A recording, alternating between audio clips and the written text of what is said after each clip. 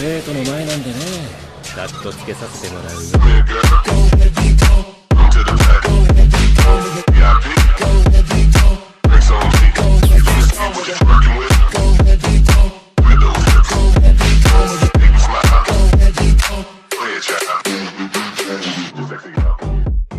Soy más que un señor oscuro, capítulo 491 al 495.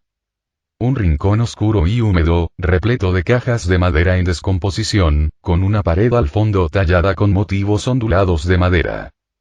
Nuestro protagonista, Igor Karkarov, está acurrucado entre las sombras que se forman entre el suelo y la pared. Su pálido rostro refleja miedo, codicia y una especie de excitación neurótica. Frente a él, no hay nadie más, solo un viejo espejo lleno de grietas que emite una ominosa luz verde. El fuego guraitiano apenas ilumina sus rasgos retorcidos.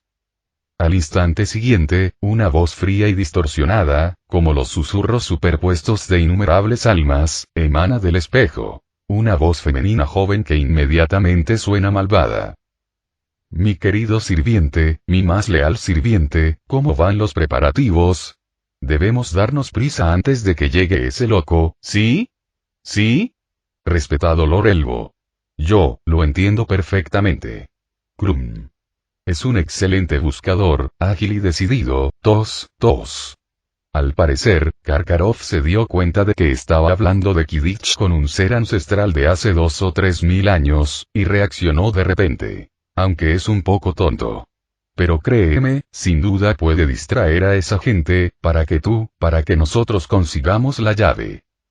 Su voz tiembla un poco, llena de una urgencia frenética. ¿Ah? Eres muy bueno arreglando los destinos de tus alumnos, Igor. La voz femenina adquirió un matiz de diversión. No. No es el destino. Es un honor.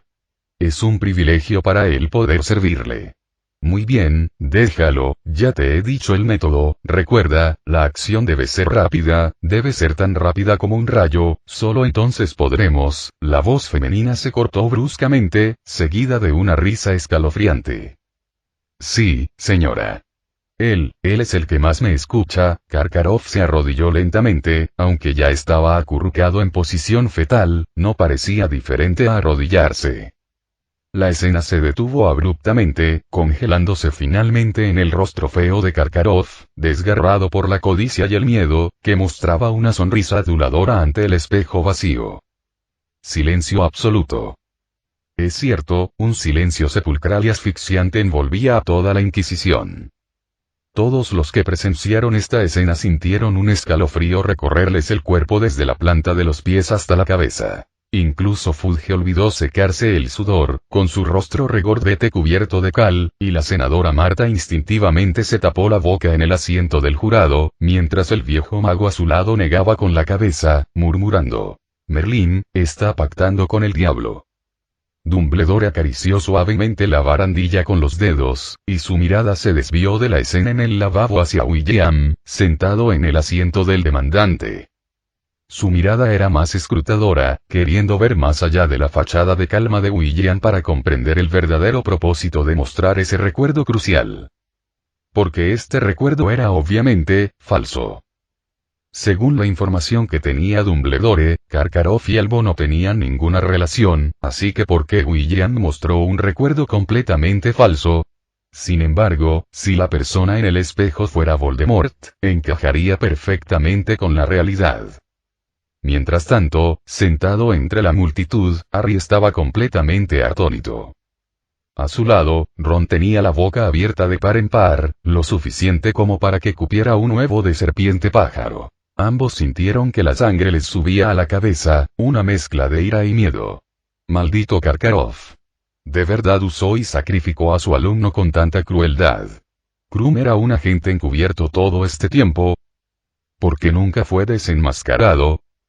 Tras la conmoción, Harry frunció el ceño de repente, sintiendo una misteriosa sensación de desconexión. No pudo evitar mirar la espalda de William una vez más. Aquella figura le pareció extraña, como una niebla que lo envolvía lentamente. ¡No! Un grito desgarrador resonó de repente, atrayendo de nuevo la atención de todos. Es falso. Eso es falso. Es un recuerdo manipulado. Artes oscuras. Definitivamente son artes oscuras.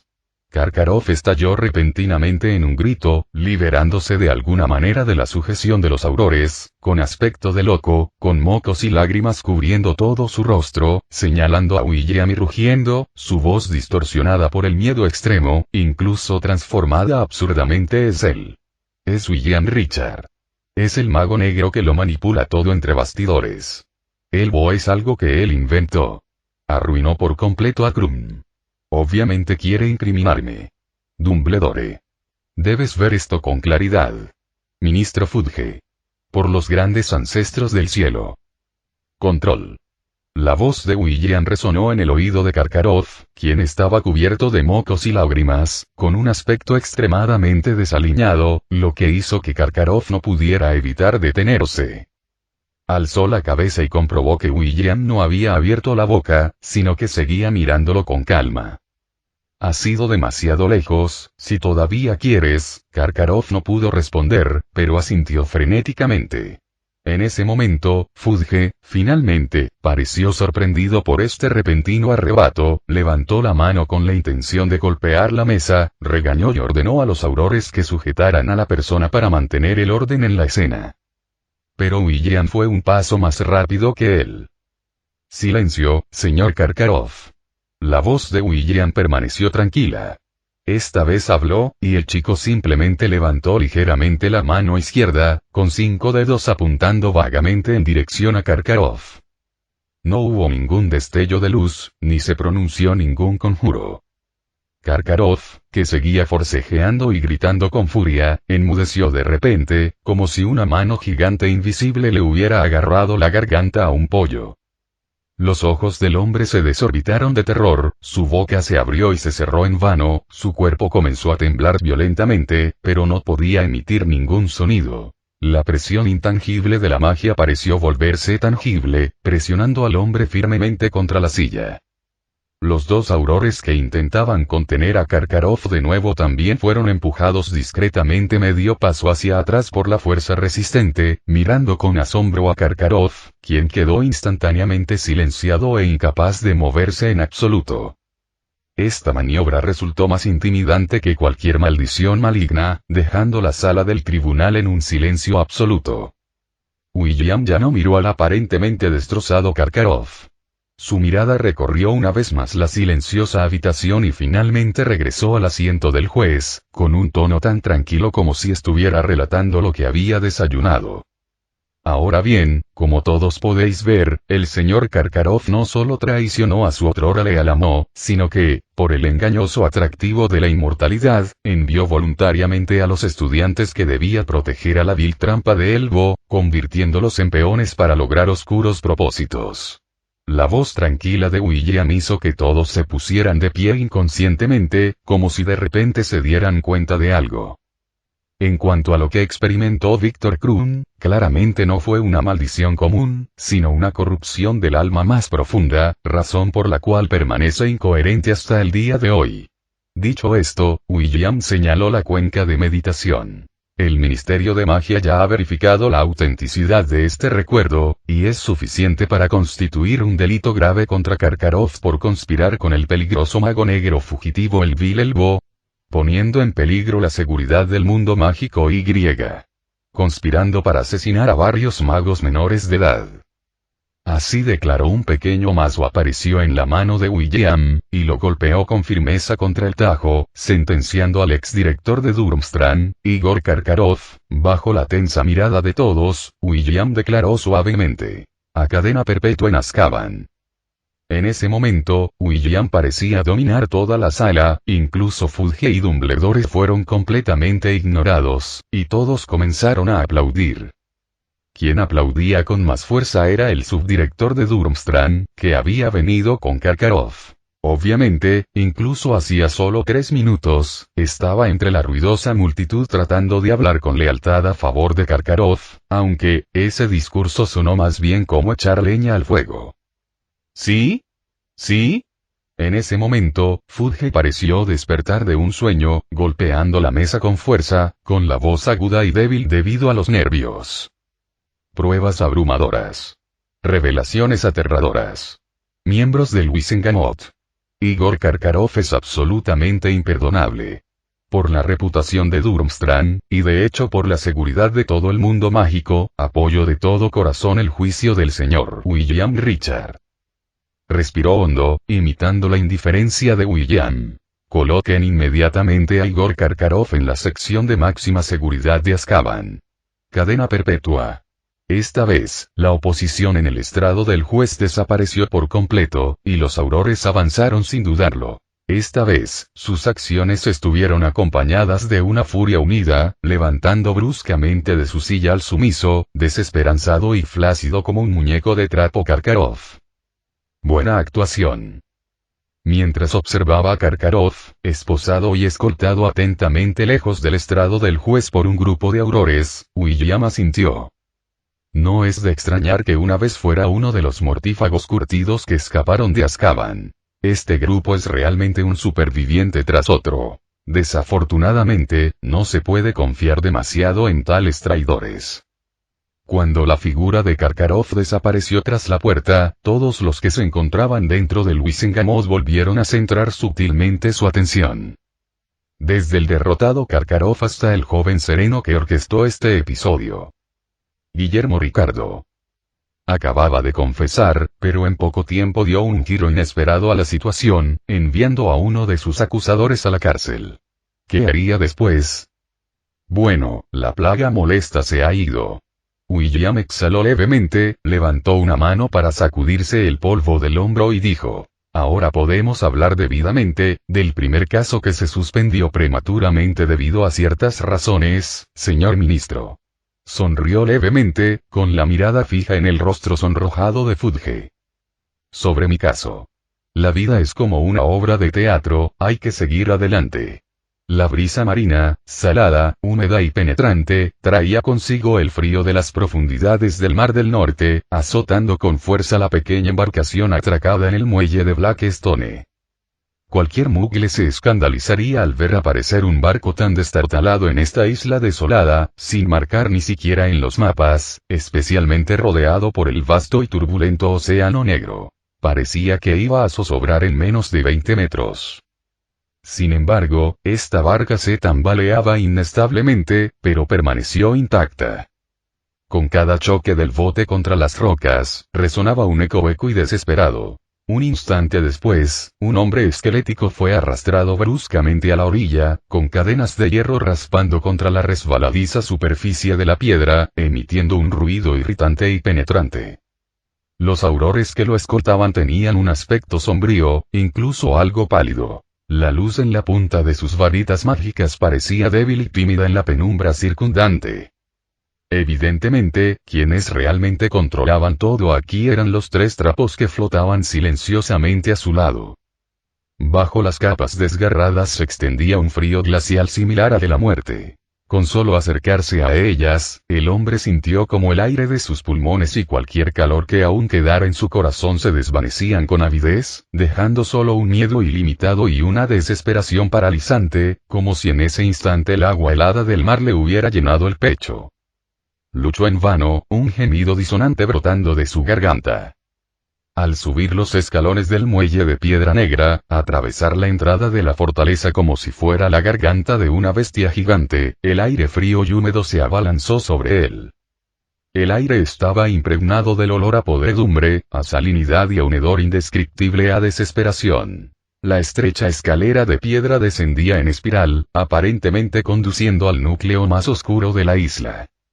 Las paredes de piedra se sentían ásperas y pegajosas al tacto, con gotitas condensadas como lágrimas silenciosas. Cuanto más descendían, más denso se volvía el aire, más oscura la luz y, lo más importante, el frío traído por los dementores se volvía cada vez más penetrante y viscoso, casi congelando la sangre y los pensamientos humanos. En sus oídos solo resonaba el sonido monótono de las cadenas arrastrándose, la respiración agitada de los aurores y la succión silenciosa y gélida de los dementores. Finalmente, las 3 personas y las 3 criaturas se detuvieron al final de un pasillo, donde la luz había desaparecido por completo. Solo el tenue halo de la punta de la varita mágica de una aurora apenas iluminaba una puerta de hierro oxidada que tenían delante, y a través de la puerta de hierro, era evidente que allí yacía una oscuridad aún más profunda y pura. Las celdas que flanqueaban el corredor estaban silenciosas como tumbas, como si sus almas hubieran sido devoradas por completo hacía mucho tiempo. «Entra tú». La voz del auror denotaba un temblor del que ni siquiera él era consciente, mientras 2 aurores apuntaban sus varitas mágicas a la cerradura. La puerta de hierro se abrió con un crujido, revelando una celda de piedra de apenas 5 metros cuadrados impregnada de un hedor nauseabundo a putrefacción. Al instante siguiente, los dementores avanzaron silenciosamente, la sofocante desesperación alcanzó su punto álgido, provocando que los últimos vestigios de recuerdos nítidos de luz solar, risas e incluso dolor en la mente del hombre se derrumbaran como un castillo de arena, dejando solo un vacío infinito y frialdad. Pero entonces, un hedor aún más repulsivo surgió de las fosas nasales del hombre. Entonces, fue arrojado violentamente a la oscuridad, la puerta de hierro se cerró de golpe tras él, y el clic del cerrojo resonó con excepcional claridad en el silencio mortal, como la proclamación final de la tapa de un ataúd que se cierra. El frío que trajeron los dementores, que drenaba toda la vida, se convirtió instantáneamente en el único amo eterno dentro de esta celda de piedra. Esto no era una celda de prisión, sino una tumba viviente. Los dementores, esos guardias, se marcharon. La nueva comida necesitaba tiempo para adaptarse, y los dementores que se alimentaban de las emociones humanas tenían sus propias reglas, que consistían en no matar a los humanos de una sola vez, incluso si era necesario, tenían que hacerlo de forma sostenible, sin poder absorber la energía vital de una persona de golpe. La inercia provocada por el empujón hizo que el hombre tropezara unos pasos, y la fría y resbaladiza losa de piedra bajo sus pies le hizo caer incontrolablemente hacia adelante. En la oscuridad, tocó una masa en la esquina que desprendía un fuerte olor a descomposición y salinidad.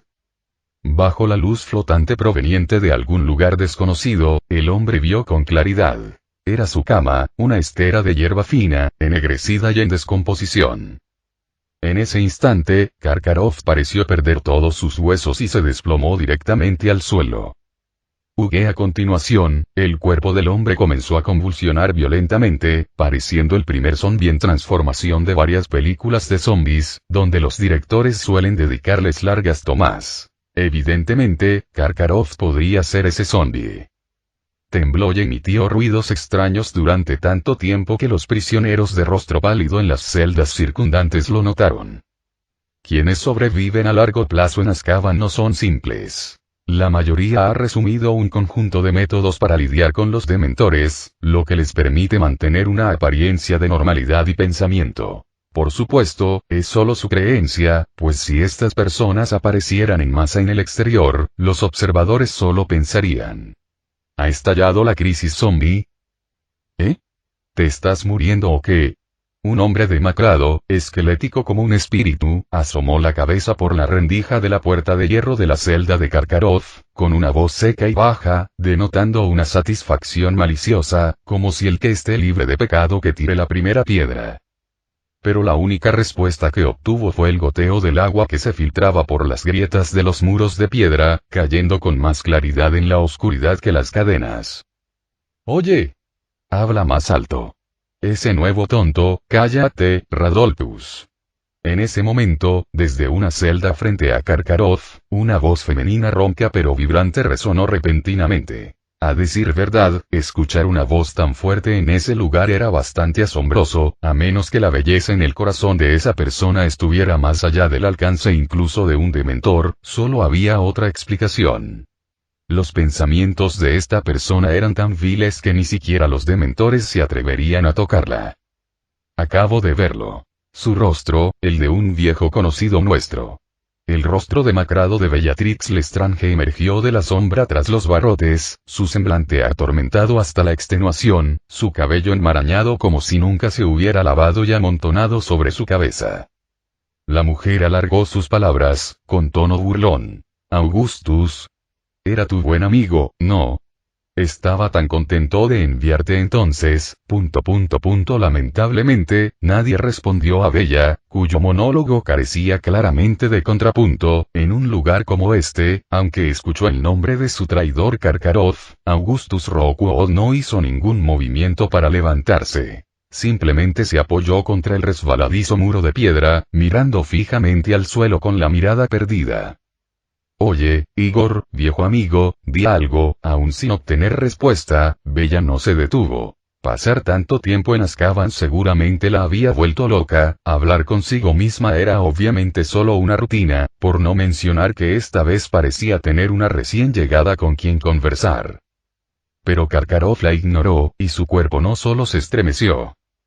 Fue una transformación profunda y aterradora. Sus huesos crujían audiblemente bajo su piel, como si manos invisibles los doblaran y estiraran. Sus pómulos demacrados se acentuaban aún más y su palidez adquiría un tono antinatural, húmedo y ceroso. Los ojos, abiertos de par en par por el terror, se pusieron en blanco, dejando solo visible la parte blanca, semejantes a los de un pez muerto debatiéndose en el fondo de un estanque seco. ¿Qué demonios?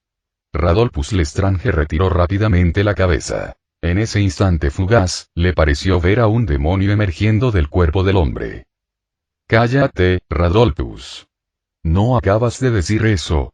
Bella ignoró la réplica de Radolfus. Su sensibilidad a las artes oscuras era diferente a la de la gente común. De lo contrario, el antiguo señor oscuro no la habría favorecido tanto. Instintivamente, se arrastró sobre el suelo frío, sus dedos marchitos aferrándose a las barras de hierro oxidadas, sus nudillos ya sin sangre completamente blancos por el esfuerzo.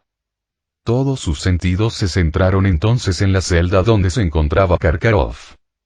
Se esforzó por olfatear el aire nauseabundo, su cuerpo comenzó a temblar incontrolablemente, no por el frío. El escalofrío que provocaban los dementores había sido durante mucho tiempo la norma para aquellos inmersos en su presencia.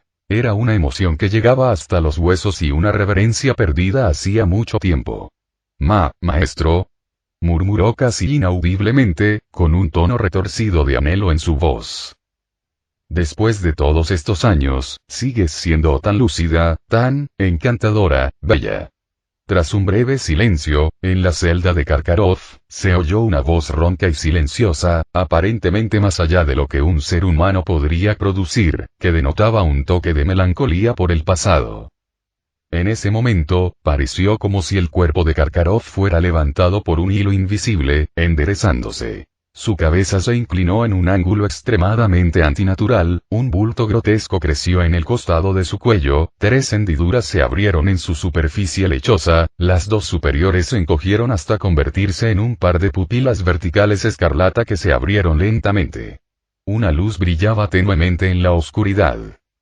Maestro. Maestro. La alegría desbordante hizo que a Bella casi le resultara imposible respirar. Se abalanzó contra los barrotes, gritando con fuerza. Y no muy lejos. En la oscuridad más absoluta y silenciosa, una túnica negra andrajosa flotaba silenciosamente en el aire, una mirada invisible observando la reunión de exalumnos que se desarrollaba en la zona de alta seguridad de Azkaban. Una brisa fría pasó, levantando la capucha oscura y desgarrada. En un rostro semejante a una niebla gris, aparecieron un par de ojos azul profundo. Las puertas de roble del castillo de Hogwarts se cerraron pesadamente tras Harry y Ron, aislándolos del aire sofocante del Ministerio de Magia y del persistente mareo provocado por la aparición. El profesor Lupin se marchó rápidamente, dejando a los dos en el vestíbulo. En ese momento, el extraño, desconcertante y enigmático juicio de revocación en el tribunal de Wisengamot aún resonaba en las cabezas de los dos pequeños, como un grupo de trolls enamorados interpretando un baile de claqué recién aprendido en sus mentes.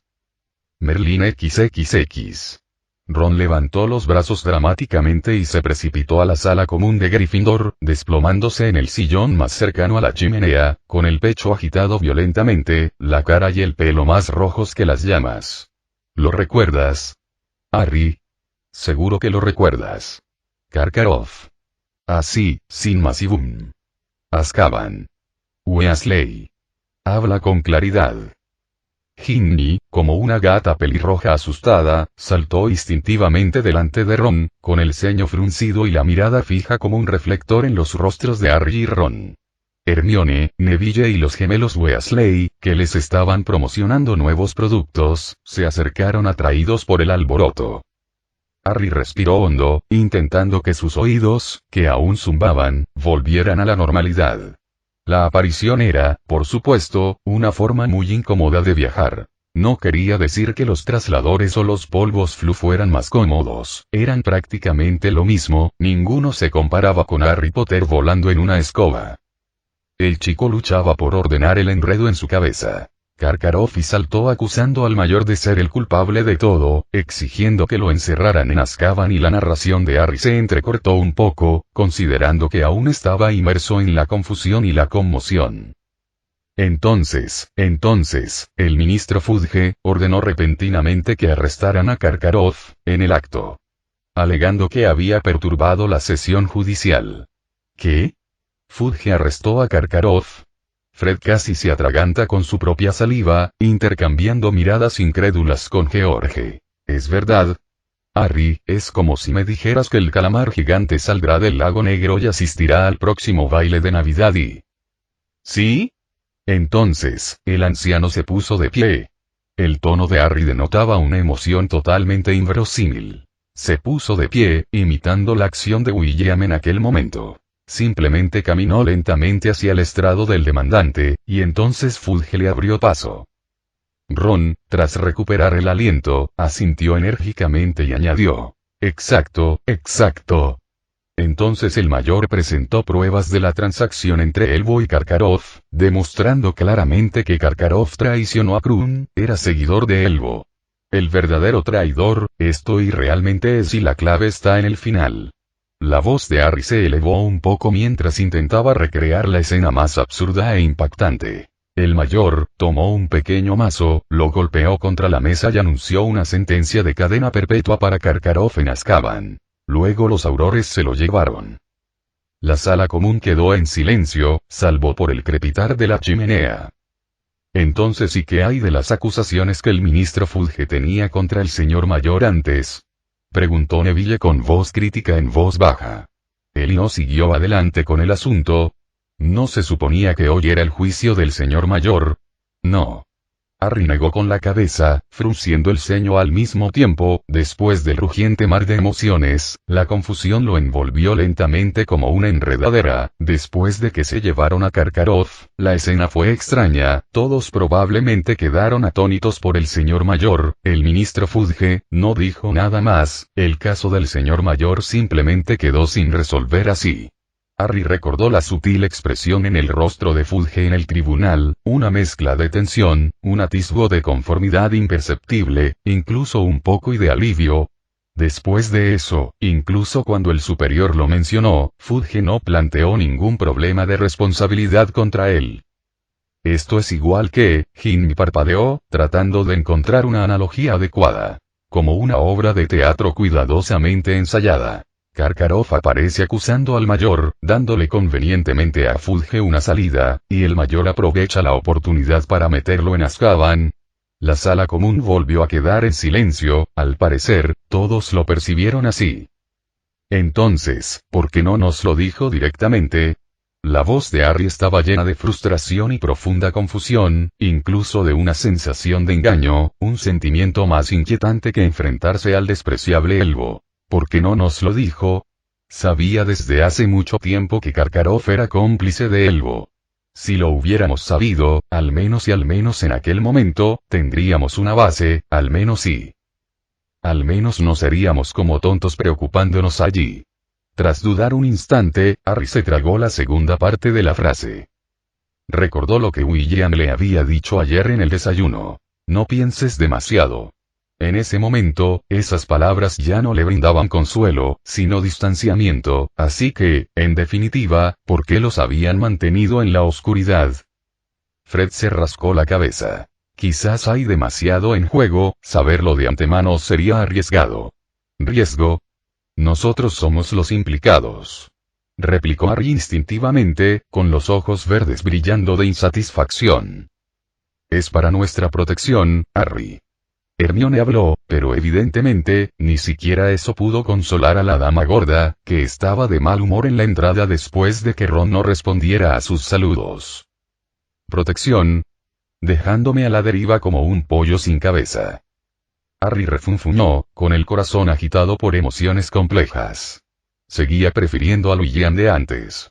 Aunque su compañero mayor seguía mostrándose tan sereno como siempre, esa serenidad comenzaba a excluirlo.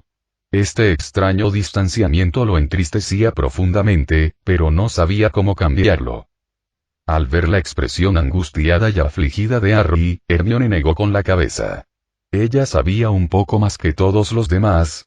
El tipo de información que se podría obtener si algún mortífago la secuestrara, la torturara un rato con una maldición Cruciatus y Veritaserum, e incluso supiera el color de la ropa interior de William. Pero antes de eso, el mortífago primero tendría que superar a un dragón de fuego que hibernaba en la bolsa de la chica. Y había 2 basiliscos disfrazados de gomas para el pelo. Aunque el infame elfo había huido, dejó un legado considerable.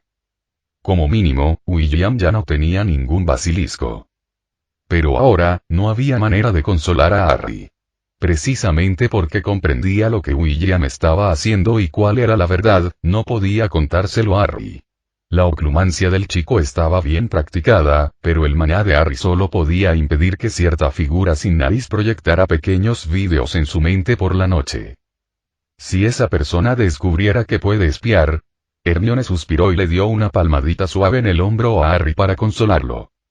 El tiempo transcurría como el expreso de Hogwarts, silbando al borde del bosque prohibido. El frío intenso del invierno fue reemplazado por la suave brisa primaveral. El espeso hielo que cubría el lago negro se había derretido hacía tiempo, y sus aguas brillantes reflejaban el cielo azul y las nubes blancas. Alrededor del castillo, la nieve espesa dio paso a brotes verdes, los árboles echaron pequeñas ramas verdes y el calamar gigante extendió sus tentáculos con pereza en las ahora cálidas aguas del lago. El campo de Quidditch recuperó su bullicio, y las figuras voladoras de los corredores y las colisiones de los baits de los golpeadores volvieron a ser el sonido de fondo fuera del castillo. Debido a que el cuarto evento previsto fue cancelado, aunque William fue declarado inocente, no regresó para ejercer como árbitro, por lo que la prueba final del torneo de 8 equipos quedó totalmente en manos del Ministerio de Magia británico. El carruaje de los Beaux Batons seguía aparcado junto a la orilla, y el hecho de que Abraxan hubiera parido 3 potros en medio año dejó a Madame Maxime algo desconcertada, haciéndole preguntarse si la hierba en el Reino Unido era más fértil. Aunque el barco de Durmstrang había desaparecido, el campeón loco y el director castigado hicieron que estos europeos del norte empacaran y abandonaran Hogwarts esa misma noche. Así, el grupo final participante se redujo a 4 personas, provenientes de 3 escuelas. Así pues, a medida que se acercaba la fecha límite, los pensamientos de todos volvieron inevitablemente a centrarse en el torneo. En los límites del bosque prohibido, el escenario del tercer evento, inicialmente solo un concepto, bajo la construcción eficiente, lo que específicamente significa casi 5 meses de dilación, del Ministerio de Magia, un laberinto no tan grandioso surgió en el borde del bosque. Era completamente distinto del grandioso y antiguo laberinto de pirámides bajo el lago Negro. Este laberinto, de reciente construcción, estaba formado por imponentes y sólidos setos reforzados mágicamente. Los altísimos muros verdes brillaban con un lustre grasiento bajo el sol. Su altura no era excesiva, por lo que los aurores del ministerio a menudo impedían que los pequeños magos entraran volando en escobas para probar suerte. Era limpio, ordenado, y desprendía una especie de ambiente barato pero pragmático. Como era de esperar, puede que ya haya encontrado el camino. Harry, Cedric y Hermione estaban junto a la ventana de una torre abandonada en lo alto del castillo, contemplando el abrupto y extenso laberinto verde. La brisa primaveral traía el aroma a hierba y tierra mientras Hermione, con un cuaderno de dibujo en la mano, esbozaba un tenue contorno gracias a su buena vista. ¡Ay, Dios mío! ¿Te van a perseguir y a morder el trasero un escarabajo explosivo ahí dentro? Ron se acercó por detrás, compartiendo galletas con Ginny. Dijo con alegría. Si me preguntas a mí, abandona mientras puedas, Harry. Esos pequeños tesoros que ha criado Hagrid han crecido muy rápido. Ahora son incluso más grandes que Fluffy, el perro de 3 cabezas, en su forma adulta. Al decir esto, Ron hizo un gesto, ignorando por completo el rostro cada vez más pálido de Harry. Incluso la mitad de su cabeza es más grande que tú. Jaja, muy gracioso. Harry se apoyó en el alféizar de la ventana, con la voz ligeramente apagada por el desánimo. ¿En serio, cómo consigue Hagrid hacer crecer esas cosas hasta hacerlas tan grandes? Hermione dijo, rascándose la cabeza con frustración. Esas criaturas ni siquiera se ajustan a la teoría de la evolución de Darwin. Oh, espera, ese es un libro Muggle. Hermione reflexionó un momento. Cierto, no se ajustan en absoluto a los principios del señor Scamander, Tritón. Newt es solo un tachado. No sabemos cómo Hagrid logró criar a estas adorables y repugnantes criaturas que parecen haber salido de las profundidades del infierno. Del mismo modo, tampoco sabemos cómo a este gigante mestizo se le ocurrió meter una mantícora y un cangrejo de fuego en la misma habitación y añadir una poción de encantamiento. Pero ¿por qué estos pequeños han crecido tan rápido, llegando incluso a alcanzar el tamaño y la altura de este dios Hagrid? La razón es bastante simple. Debido a los altos setos que bloqueaban el paso, la luz del sol, que se filtraba entre los árboles como galeones dorados asados hasta derretirse en un horno de duendes, cubría densamente los alrededores de la casita al borde del bosque prohibido. La puerta de madera, enorme para la gente común, se abrió de golpe, y el guardabosques de Hogwarts salió a duras penas tarareando una melodía desafinada. Aún llevaba puesto aquel abrigo característico de piel de topo, con muchos parches. En sus enormes manos, cargaba un gran barril de madera que parecía haber visto tiempos mejores. Este barril, en el que cabría un pequeño mago, parecía un juguete en las manos de Hagrid. ¡Ja! ¡Qué día tan bonito! Hagrid relajó los hombros y respiró hondo, sacudiéndose las semillas de hierba que se le habían pegado a la barba. Sujetando la base del barril, lo levantó y el líquido fluyó hacia un abrevadero de piedra recién instalado en el claro frente a la casita. El whisky de malta de color dorado pálido desprendía un rico aroma a licor, y poco después, el sonido de los cascos de los caballos provino de detrás de la pequeña casa de Hagrid. Un grupo de caballos alados de color claro, cuyas cabezas apenas le llegaban a la cintura a Hagrid, salieron galopando alegremente. Comparados con los Abraxans que usaban los Beauxbatons para tirar de sus carruajes, estos jóvenes potros eran como hijos que se reencuentran con su padre. En realidad, estos pequeños caballos alados eran descendientes de aquellos Abraxanos. La frase anterior era una tontería, y evidentemente, esta también lo es. Al ver al grupo de pequeños borrachos bebiendo whisky a tragos, Hagrid sonrió y comenzó a caminar hacia la parte trasera de la casa con sus enormes botas de piel de dragón. Al abrir la pesada trampilla de roble casi incrustada en el suelo tras la casita, la sonrisa de Hagrid se desvaneció un poco. Mirando a su alrededor con sigilo, como si fuera un ladrón, notó que el aire era mucho más denso que en el patio delantero, impregnado de un leve hedor a barro y raíces en descomposición. La trampilla se abrió, dejando al descubierto una escalera de madera casi vertical, lo suficientemente ancha como para que Hagrid pudiera pasar. Un hedor más intenso se elevaba desde abajo. Hagrid sacó su varita mágica y encendió una enorme linterna que colgaba de la pared, luego la tomó en la mano. Ahora le gustaba usar la magia en la vida cotidiana, aunque no era un hábito, esos momentos le recordaban que era un mago. La tenue luz apenas lograba disipar la oscuridad que se colaba por la puerta. «William». Hagrid olfateó y preguntó instintivamente. Aquí, una voz perezosa provino de la oscuridad, lo que hizo que Hagrid se sintiera algo aliviado mientras seguía subiendo a las crujientes tablas de madera que conducían al interior. Mientras la linterna se balanceaba, la luz comenzó a extenderse en la oscuridad. Crujido, una figura peluda de muchas patas pasó corriendo junto a Hagrid. Con la ayuda de la tenue luz, enderezó el rostro y usó su varita mágica para apartar de un manotazo una araña que se abalanzaba sobre él. «Oye, Aragorn. ¿Puedes controlar a tus hijos, o nietos?» crujido, crujido. El sonido agudo y chirriante de las garras raspando contra las superficies llegó hasta él, y Hagrid asintió con satisfacción.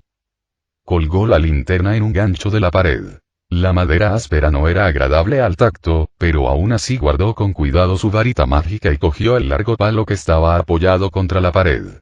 Sosteniéndolo, avanzó con cautela en la oscuridad hasta que finalmente suspiró aliviado al encontrarse frente a una puerta que no había sido atacada. Entonces, empujó la puerta que tenía delante para abrirla. «¿Estás aquí?», escuchó esa voz familiar, pero obviamente no iba a caer en ese viejo cliché. «Muy bien, William, ¿cómo te va?».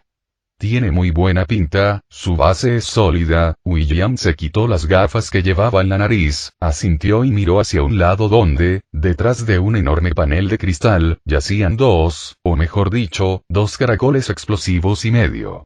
Pues el más pequeño estaba solo medio comido, la otra mitad ya había sido engullida por los otros dos. Estos bichos, incluso el más pequeño, le llegaba a la cintura a Hagrid. Su exoesqueleto de quitina, otrora blanco lechoso en su juventud, se había transformado en una coraza negra y endurecida, parecida a una armadura metálica recién moldeada y fría, repleta de protuberancias y púas afiladas. Cada movimiento de sus enormes pinzas desprendía un brillo escalofriante. El otro caracol explosivo, frente a él, vestía una armadura de color rojo oscuro que brillaba con un resplandor maligno bajo la tenue luz. Sus 8 patas cortas y gruesas apenas sostenían su enorme cuerpo. A diferencia de la amenazante presencia del otro, este se parecía más a un Pokémon de tipo fuego. Cada vez que respiraba, expulsaba gas caliente con chispas y un olor nauseabundo a quemado. Golpeaba repetidamente, con lo que apenas podían llamarse pinzas, más bien arietes, una enorme roca de basalto que se encontraba debajo. Cada impacto iba acompañado de un gran estruendo, y cada sonido hacía que el corazón de Russell diera un vuelco. ¿Qué? ¿Estás preguntando quién es Russell? Hagrid también quiere saberlo. Hagrid apoyó el largo palo que usaba para evitar que sus pequeñas mascotas atacaran contra la pared, se puso junto a William y señaló con curiosidad la figura en el centro del campo rodeada por 2 caracoles explosivos. ¿Qué es esa cosa? La figura apenas le llegaba a la cintura a un ser humano promedio, tenía la piel áspera, color carne y arrugada, y un par de orejas que normalmente se mantenían erguidas, pero que ahora colgaban impotentes a los lados de la cabeza. Su nariz grande y afilada casi tocaba su pecho demacrado, si es que aún podía enderezarse. El duende no tenía ataduras en las manos ni en los pies, pero seguía incrustado en una silla, incapaz de moverse. Tenía los ojos fuertemente cerrados, y cada vez que resonaba el sonido bang bang, su delgado cuerpo se convulsionaba violentamente, emitiendo un aterrador sonido oh desde su garganta. «Duende», William dijo lo obvio, y Hagrid pensó lo mismo. «Oye, obviamente sé que es un trasgo, solo quería saber, ¿de dónde lo sacaste? Oye, ¿es de esa camada de trasgos?» Hagrid parpadeó, sus ojos, como frijoles negros, mostraban una clara confusión. Pero, ¿no se suponía que habían desaparecido? No siempre creas al profeta, Hagrid, pero lo vi en la televisión. El canal de noticias allí tiene el mismo sistema que el diario del profeta. William expresó su comprensión hacia el grupo de reporteros a su cargo. Estos individuos carecían por completo de ética profesional y decían cualquier cosa con tal de llamar la atención. Aparte de investigar y recopilar pruebas, no se diferenciaban en nada de los típicos publicistas sin cerebro. Por lo tanto, fueron muy útiles. Por eso William adquirió el Prope Daily. «Buenas tardes, señor Russell». William dejó de hablar con Hagrid y se dirigió al duende, con los ojos vendados y temblando como una hoja de otoño al viento, con voz suave como si saludara a un viejo amigo. «Siento haberte invitado hoy a un ambiente tan entusiasta. Ahora, sagros e íncalos». La voz de William se mantuvo tranquila. «Vamos, enriquece la experiencia de nuestro visitante. Permítele sentir profundamente tu sinceridad». Dicho esto, asintió con la cabeza hacia el gran caracol explosivo que seguía destrozando rocas con ahínco. Entonces, el elfo más grande, caracol explosivo se movió, exhalando aire caliente sulfuroso por sus piezas bucales. La expresión de Hagrid se volvió bastante interesante. Miró a William, luego al caracol explosivo que parecía un guardián del infierno, y de nuevo al duende tembloroso en el pozo, con una expresión de asombro en su enorme rostro. ¿No es esto demasiado? Este duende es el segundo al mando de Lancelot, y recuerdo perfectamente que lo maté con mis propias manos hace años. Bueno, parece que no prestaste mucha atención en la clase del profesor Vince. Al ver la confusión en el rostro de Hagrid, William negó con la cabeza y explicó de otra manera. Este trasgo ha vivido mucho tiempo. Una vez mató a más de 20 magos humanos durante la rebelión de los trasgos. Los torturó hasta la muerte, ya sabes, la estructura fisiológica del trasgo hace que sus encantamientos, bueno, no lo sabes. En fin, hay que entender que ni siquiera Voldemort era tan descontrolado al principio. Oh. Vale, ya lo entiendo, William. La acertada comparación hizo que Hagrid se frotara las manos como abanicos, entrecerrando ligeramente los ojos, y miró al duende con escepticismo. Al mismo tiempo, el gran caracol explosivo parecía comprender realmente la orden emitida por William. O, más probablemente, fue estimulado por el olor emitido por el duende a causa del miedo, considerando su cerebro del tamaño de un cacahuete, entender la orden de William era realmente difícil. Su enorme cuerpo se puso en marcha repentinamente, creando un viento fétido, sus 6 pesadas patas dejando surcos superficiales en el suelo, acercándose al duende atado en medio del pozo.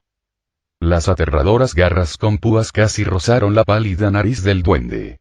El aliento abrasador, mezclado con el olor a azufre, le roció la cara. El caracol gigante, conocido como el grandullón, bajó la cabeza, llena de bultos y conchas, mientras sus afiladas piezas bucales, parecidas a dagas, se abrían y cerraban ligeramente, a apenas 1 centímetro del delgado cuello del duende. ¡Wow! Entonces, el miedo del duende alcanzó su punto máximo, su boca dejó escapar un gemido sordo e inaudito, su cuerpo saltaba y forcejeaba salvajemente como un pez electrizado, tratando de escapar del hedor nauseabundo a tan corta distancia, las patas de la silla crujían en el barro resbaladizo, casi volcando por su lucha. En ese momento, William chasqueó suavemente los dedos. El caracol explosivo, que parecía a punto de morder, se detuvo de repente, como un juguete de cuerda detenido por alguien, suspendido a menos de un dedo de la garganta del duende, solo el aliento abrasador continuaba soplando sobre la frente empapada de sudor del duende, sus enormes garras flotando frente a él como guillotinas listas para caer en cualquier momento. El miedo no se disipó. Se intensificó aún más, volviéndose pegajoso debido a esta pausa y a la amenaza latente de la muerte, casi quebrando los nervios del duende. Russell dejó de forcejear, pero todo su cuerpo continuó temblando incontrolablemente, desplomado en la silla como una figura de cera derretida. Muerto de miedo.